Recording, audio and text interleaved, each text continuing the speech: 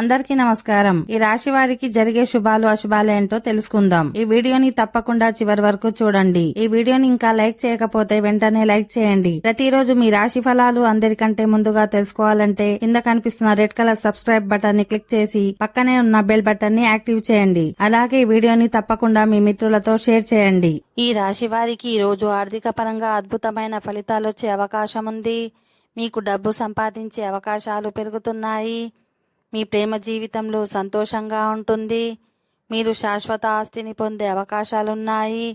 వ్యాపారులకు మంచి లాభాలు వచ్చే అవకాశం ఉంది. విద్యార్థులు విదేశీ విద్య కోసం చేసే ప్రయత్నాల్లో విజయం సాధిస్తారు.